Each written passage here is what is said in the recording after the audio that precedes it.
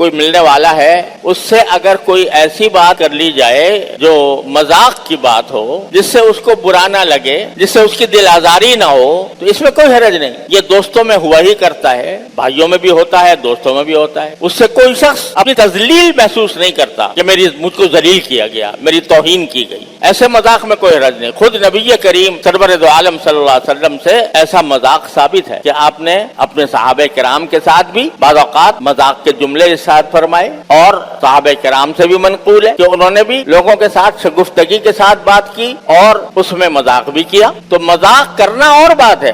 حضور اقدس صلی اللہ علیہ وسلم کے پاس ایک صاحب آئے، انہوں نے کہا کہ یا رسول اللہ مجھے ایک اونٹ دے دیجیے گا، اونٹ چاہیے، مجھے ایک اونٹ دے دیجیے. تو آپ نے فرمایا بھئی میں تمہیں اونٹ کا ایک بچہ دوں گا. تو وہ کہنے لگا جی بچہ میں کیا کروں گا بچے کو لے کر، میں تو پورا اونٹ چاہتا ہوں. تو آپ نے فرمایا جو بھی اونٹ دوں گا وہ کسی نہ کسی اونٹ کا بچہ ہوگا نہیں.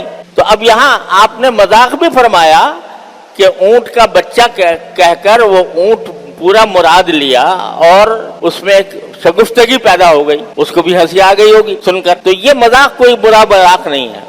ایک عورت سے آپ نے فرمایا، اس نے کہا یا رسول اللہ مجھے، ایک بوڑھی عورت تھی، اس نے کہا یا رسول اللہ مجھے دعا کر دیجیے کہ اللہ میاں مجھے جنت میں داخل کر دے. تو آپ نے فرمایا کوئی بوڑھی جنت میں نہیں جائے گی، کوئی بوڑھی جنت میں نہیں جائے گی. وہ پریشان ہو گئی کہ یا رسول اللہ کیا بوڑھی ہونے سے ہم جنت سے محروم ہو جائیں گے؟ آپ نے فرمایا کہ کوئی بھی عورت بوڑھی ہو کر نہیں جائے گی، بوڑھی بھی جوان ہو کے جائے گی، یہ مطلب ہے. تو یہ مذاق خود رسول کریم سرورت عالم صلی اللہ علیہ وسلم میں ثابت ہے. ایسا مذاق جس سے کوئی دوسرے کی تذلیل نہ ہو، تحقیر نہ ہو، تو یہ ثابت ہے. لیکن مذاق اڑانے کا مطلب یہ ہوتا ہے کہ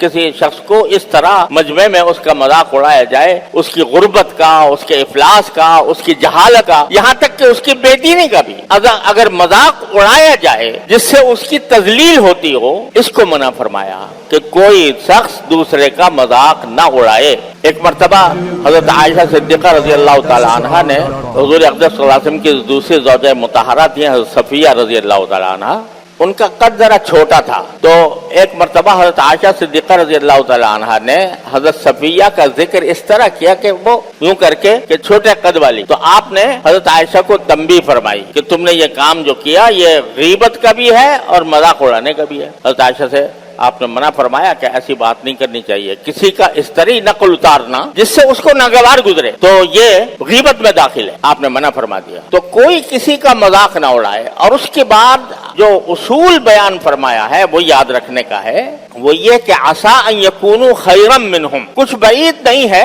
کہ جن کا تم مذاق اڑا رہے ہو وہ تم سے بہتر ہوں. یعنی ہر مسلمان کو دوسرے مسلمان کے بارے میں اس بات کا احتمال رکھنا چاہیے کہ پتہ نہیں اس کا اللہ تعالیٰ کے ساتھ کیسا تعلق ہے، اللہ تبارک و تعالیٰ اس کو کس طرح نواز دیں، اس کا خاتمہ کس حالت کے اوپر ہو اور وہ مجھ سے کہیں آگے بڑھ جائے. یہ خیال ہر انسان کے، ہر مسلمان کے دل میں دوسرے کے بارے میں ہونا چاہیے.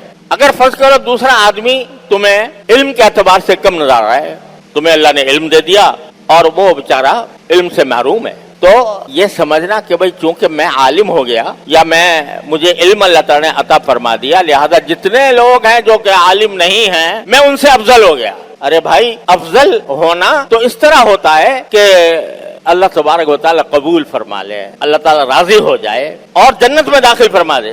تمہیں کیا پتا کتنے ایسے لوگ ہیں جو علم سے بظاہر عالم نہیں ہیں، عام لوگ ہیں، لیکن اللہ تبارک و تعالیٰ کے ساتھ ان کا تعلق اتنا مضبوط ہے، اتنا کڑا ہے کہ بہت سے علماء کو پیچھے چھوڑ جائیں. اللہ تبارک و تعالیٰ ہی جانتے ہیں کہ کس کا انجام کیا ہوگا. سوشل میڈیا پر سب سے قدیم اور سب سے ریلائبل برانڈ درسقرآن.com